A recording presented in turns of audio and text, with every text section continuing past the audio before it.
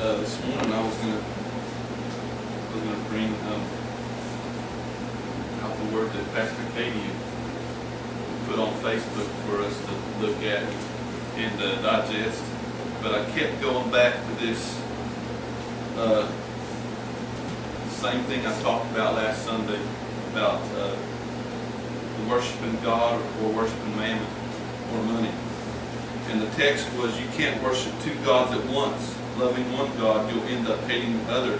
Adoration of one feeds contempt for the other. You can't worship God and money both, which that's found in Matthew 6:24. And so I did a little bit more research on the God of Mammon. And here's what the Mammon is. An Aramaic word which means riches. It comes from the Syrian god of riches.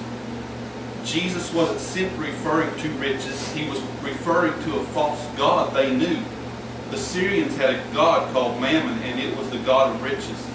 And this Mammon had roots. This Mammon god had roots in the Babylonian history.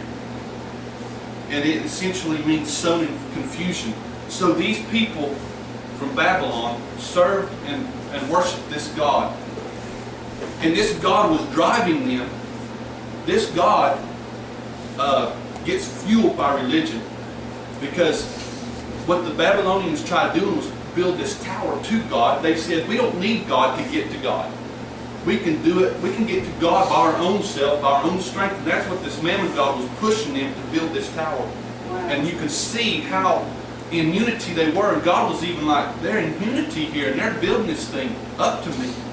But God, we know that there was only way to the Father, one way, and that was Jesus. And so God says, I can't have this. I've got to show them that there's only one way to me.